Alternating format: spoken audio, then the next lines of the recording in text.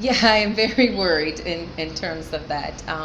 I know that if we actually get it right and develop and set up the system the way that it should be set up, there's no way that Nigeria won't be able to perform better. We do have to make changes because, unfortunately, we came in to try to make some of these changes, and for whatever reasons, things didn't go as smoothly as we know they should. But I think that in the future, we have to incorporate a system where you can call it high performance, you can call it whatever you like, but you have to have a system that is sustainable, that will incorporate all the different components that are needed, that the rest of the world is using in order to support your athletes, because it's about the support of the athletes and it's about the right type of support. So, and that incorporates everything. It's the training, it's the coaching, it's the medical, the physio, it's the recovery, it's the nutrition, it's the biomechanics of it. It's the whole science. It's everything that most of these countries are incorporating in, and that you see these performances. It's no miracle that South Africa broke the 400-meter record in the men's 400. They have a system. They even went and started working a little bit with Usain Bolt and his people to see what did it take to get to that level. So you have to, and so the world is collaborating. The Chinese, they're working with outside people, and they almost medaled in the men's 4x1. They medaled last year in the World Championships.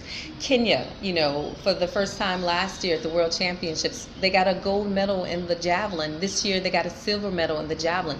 They're incorporating and using technology to help the athletes do better, and it's incorporating the science. It's no longer just using raw talent. Everybody has talent, but you got to take that talent and you have to develop that talent, and you have to incorporate other things to make that talent shine. It's the sports psychology of it as well.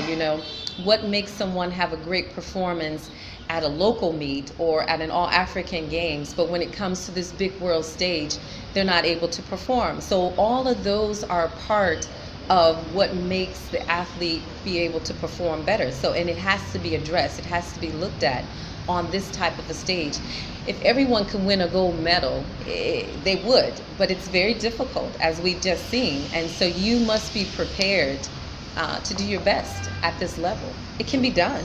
So how important is the Irishman director without the performance facilities? Well, the facilities is a part of it, but the science of it, you can do some testing. It's a little bit more difficult, but you can do testing. You can incorporate medical. You can have a sports psychologist. So you need a center because you make everything centralized. But if you can have different components of it, that's helpful. So the center is needed because that's the base of the structure. But there's different things that you can add into that system where you don't need typically the facility per se in order to get some of these things still accomplished. But it's very needed. It's very necessary, as I say. So it's far, but it's really very close.